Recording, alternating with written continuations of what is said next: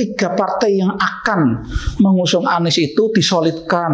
Mungkin bisa jadi Pak Mahfud pun tidak mau ya karena melihat peluangnya nggak ada. Dan calonnya bisa jadi dua-duanya akan memperebutkan Mahfud MD. Ini hanya opini arus bawah, opini dari masyarakat kebanyakan. Opini hanyalah sudut pandang. Assalamualaikum warahmatullahi wabarakatuh. Salam sejahtera untuk kita semua. Aduh, ini rame. Jadi apa itu, meskipun ini sudah mau hari raya, tapi pembicaraan soal konstelasi, tarik-menarik, calon presiden, calon wakil presiden ini masih terus menarik untuk diikuti. Masih menarik untuk diikuti. Ini sekarang kabar terbarunya ini, mohon maaf ini untuk pendukung Anies, ini kabar yang tidak terlalu bagus ini menurut saya. Tapi saya harus bicara ini karena bicara analisa itu ya berdasarkan fakta, bukan tidak suka, tidak lah. Kalau saya ingin fair, objektif saja ya.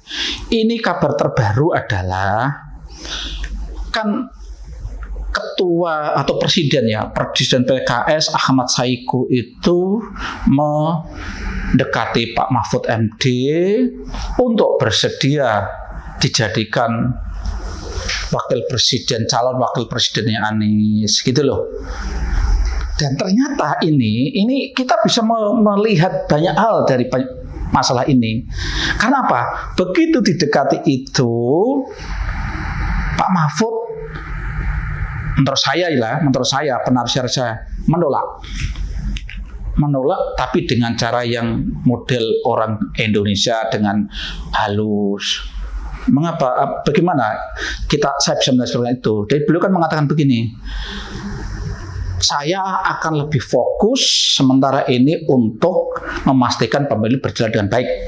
Terus nomor 2, lebih baik konsentrasinya memastikan bahwa 3 partai yang akan mengusung Anies itu disolidkan. Nanti khawatirnya kalau tidak solid, tiket yang awalnya sudah ada itu menjadi tidak ada lagi. Itu artinya Pak Mahfud, nggak usah saya jadikan wakil presiden dulu lah, kamu aja belum pasti kok, solidkan dulu. Intinya Pak Mahfud kalau melihat ini menurut saya Pak Mahfud nggak bersedia, coba caranya ya halus.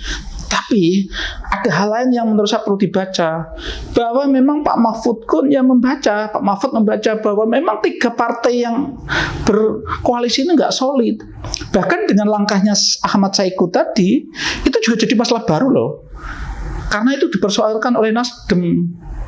Karena awalnya terjadi kesepakatan bahwa soal wakil presiden itu diserahkan ke Anies, tidak partai menentukan. Ternyata ini berjalan, jadi dipersoalkan. Tapi memang begini ya, sampai sekarang itu kan kesulitan. Siapa kira-kira wakil presiden yang bisa mengangkat peluang Anies itu kan ya. Makanya mungkin bisa jadi PKS berpikir Pak Mahfud. Karena memang Pak Mahfud kan belakangan kan luar biasa lah dukungan netizen atau dukungan masyarakat kepada Pak Mahfud kan luar biasa. Jadi mungkin berpikir dengan Mahfud di situ akan punya peluang. Tapi memang ya ini ya tadi ya, selama ini kan yang kelihatannya ingin sekali itu kan AHY, ingin jadi wakil presidennya Anies. Cuma kalau AHY yang dipakai itu ya peluangnya kecil sekali menurut saya. Apalagi Demokrat sendiri sekarang kondisinya juga ya mohon maaf tidak sehat-sehat amat. Jadi intinya lagi-lagi mohon maaf ya kalau Anda pendukung Anies, ini bukan saya mengecilkan atau berusaha untuk meremehkan, tidak. Tapi melihat fakta-fakta ini, peluang Anies untuk betul-betul akhirnya resmi jadi calon presiden itu kok nada-nadanya semakin hari semakin berat. Bahkan ini kan lucu kan, mungkin sudah banyak yang tahu kan, Pak Amin Rais ya toh, itu dalam sebuah podcast sudah mengatakan kalau Anies tidak bisa maju, dia akan kembali mendukung Prabowo. Ini kan artinya apa? Sampai berpikir seperti itu kan berarti memang melihat peluangnya semakin tidak ada. Mungkin bisa jadi Pak Mahfud pun tidak mau ya karena melihat peluangnya nggak ada. Lah kalau berkali-kali ini sudah saya sampaikan, kalau peluangnya tidak ada, semakin prospeknya mengecil, ya partai-partai yang mendukung pun ya mikir-mikir kan. Nah, saya melihat ya, kemarin juga sudah saya singgung, Nasdem bisa jadi akan kembali ke habitatnya, kumpul dengan teman-temannya yang dulu akar historisnya adalah Golkar, bisa jadi. Terus PKS itu bisa jadi kembali mengukir sejarah 2019, dia ikut kendaraannya Prabowo. Bisa jadi, karena saya tetap melihat sampai sekarang ini PKS itu ya tidak, PKS yang belakangan ini tidak terlalu ideologis sekali. PKS yang belakangan ini lebih kayak pragmatis, wajarnya umumnya partai politik lah, tidak terlalu ideologis. Jadi bisa jadi pragmatis, oportunis ya, bergabung dengan Prabowo, bisa jadi. Oke, jadi kesimpulannya kelihatannya, mohon maaf sekali lagi saya berkali-kali mengucapkan ini biar Anda yang pendukung Anies tidak begitu kecewa gitu. Tapi faktanya memang seperti itu. Ya kalau supaya ingin jadi betul ya tolong dipikirkan agar tiga partai yang mau mendukung itu solid. Cuma memang nggak gampang tadi. Kepentingan beda-beda. Dan secara kalau bicara ideologis betul, orang yang ada di PKS itu saya yakin secara ideologis betul ya nggak nyambung 100% dengan Anies, gitu ya, nggak nyambung 100%. Saya pernah mengatakan kan, dulu ketika Anies menikahkan putrinya, ternyata dalam pernikahan itu tidak pakai jilbab, itu kan ya bermasalah bagi sebagian besar pendukungnya PKS. PKS itu kan jangankan jilbab, tidak berjilbab, jilbab aja harus besar loh. Kalau betul-betul yang ikhwatnya PKS itu kan jilbabnya aja sampai besar. Lah ini orang yang akan didukung oleh PKS itu, calonnya itu punya putri nikah tidak pakai jilbab. Ini kan ya di kalangan pendukungnya kan bermasalah. Jadi oke, kita amati terus ya perkembangan ini. Tapi yang jelas komposisi yang saya juga ingat ya, awalnya kan juga Sandiaga Uno itu kan awalnya juga mau digaduk-gadukkan. Meskipun saya pun menduga ya, umpama Sandiaga Uno mau dipasangkan dengan Anies, seandainya itu pun kan peluangnya juga kecil. Sandiaga Uno kan memang dia kaya raya, tajir lah, uangnya banyak untuk modal untuk modal kampanye lebih-lebih mungkin cukup lah. Cuma persoalannya kan tidak cukup itu. Selama ini mohon maaf ya, prestasi yang menonjol dari Sandiaga Uno kan untuk kaitannya dengan negara dan bangsa kan belum ada lah menurut saya. Beda dengan Mahfud kan jelas gitu ya.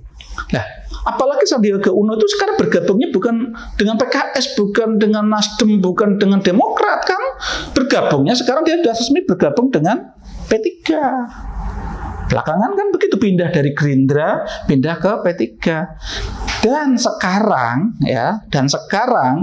mulai diwacanakan bagaimana Sandiaga Uno itu dipasangkan dengan Ganjar. Orang-orang yang sama mudanya di PDIP, karena PDIP punya peluang untuk mengajukan calon sendiri. Jadi kalau melihat peta seperti ini, saya memprediksi, tapi bisa salah loh ya, monggo nanti. Namanya prediksi bisa salah itu ya, nggak usah terlalu dipegang sebagai keyakinan ya. Ini hanya yakin dalam konteks prediksi. Nah, saya akhirnya dengan melihat peta ini, Anies kemungkinan tidak jadi tiketnya, tidak jadi mengantarkan dia menjadi calon presiden. Akhirnya nanti kompetisinya itu antara grup koalisi yang dibangun Prabowo, entah nanti Prabowo bergandengan dengan siapa. Terus satu sisi adalah PDI yang nanti akan mengajukan sendiri entah calonnya siapa, meskipun arahnya kelihatannya Ganjar. Dan calonnya bisa jadi dua-duanya akan memperebutkan Mahfud MD. Karena bagaimanapun Mahfud ini sekarang dukungannya luar biasa. sekarang, nah saya sih lebih sepakat Mahfud bergandengan dengan Ganjar. Kalau dengan Prabowo nanti bisa ya banyak hal lah menurut saya Ganjar perlu karena catatan masa lalu Prabowo nanti bisa sedikit menghambat ini. Tapi ya nggak tahu lah nanti konstelasi politik kan tarik menariknya kan nanti kita akan lihat ya. Tapi intinya nanti dua-duanya kemungkinan akan mencoba mendekati Mahfud untuk jadi wakil presiden. Kalau P3 tadi menginginkan Sandiaga Uno berduet dengan Ganjar, ya bisa saja. Tapi itu juga seandainya kok di sini Prabowo dengan Mahfud itu juga akhirnya agak berat juga. Oke, saya pikir itu jadi kita mau hari raya besok, jadi cukuplah nggak usah kita di samping kita tetap nanti merayakan Lebaran, kita tetap mengamati bagaimana dinamika dan nanti biasanya setelah hari raya itu nanti akan ada dinamika baru karena PDI itu kan merencanakan nanti setelah hari raya itu akan ada pertemuan mega dengan beberapa elit partai. Oke, kita tunggu bersama-sama. Assalamualaikum warahmatullahi wabarakatuh.